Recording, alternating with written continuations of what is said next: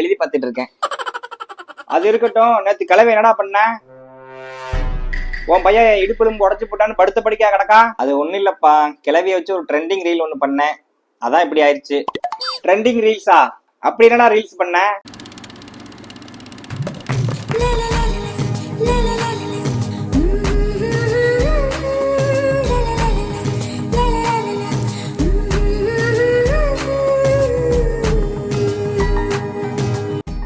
இதான்ப்பா நடந்துச்சு.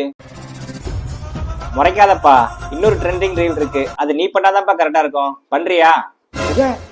பா வாப்பா வாப்பா, ஒரே ரீல்ப்பா, ப்ளீஸ்ப்பா ப்ளீஸ்ப்பா, வாப்பா ஒரே ஒரு ரீல்ப்பா. போடா அங்கிட்டு, விட்டா இன்சூரன்ஸ் அமௌண்ட் இப்பயே கிளைம் பண்ணிடுவோம் போல. அந்த பயம் இருக்கட்டும். சரி, நம்ம எக்ஸாமுக்கு படிப்போம். கூகுள் கூகுள் பண்ணி பார்த்தேன்.